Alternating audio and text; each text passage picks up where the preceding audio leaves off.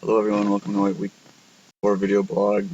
This week we're asked to read Tony Hoagland's excerpt, How to Save America with 20 Poems. I thought it was easy when it was pointed out. The story that was featured was about a woman divorced, riding a bus, and she liked how empty and alone the bus was. I wouldn't have pictured it as being motivation until someone pointed it out, but hopefully I can do that same push for someone else with the 2 poems I picked, making the interpretation easy. This week I'm focusing on Dean Young and Charles Wright. On the left, by my floating head, is Dean Young's poem, Man in Red, which I'm going to read a little bit from. It should be over here somewhere.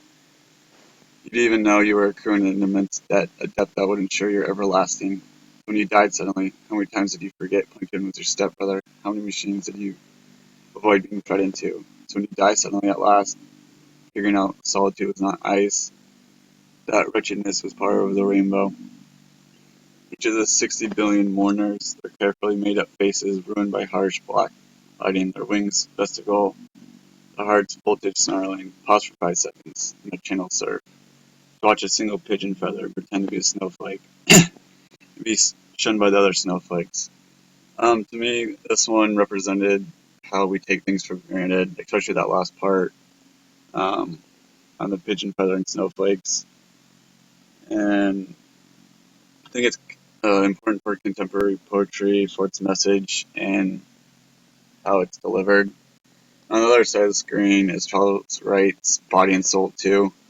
Just starting at the top, Abel's identical, celestial, wordless, burning down. Its light is the light we commune by. Its destination is our own.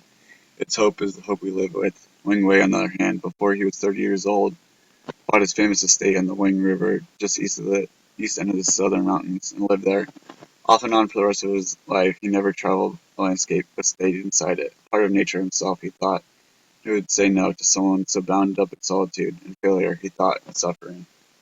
So I'm going to stop. To me, this one is about a man who became one with nature, but I also think he dug his roots too deep. And what I would say is that people need to open their minds to new possibilities and then explore them.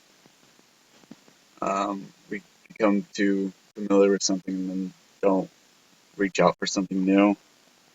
Um, I hope my interpretation made it easy for everyone. I know I'm probably seeing things different from everyone else, and everyone else probably picked other poems to work on, which is kind of exciting.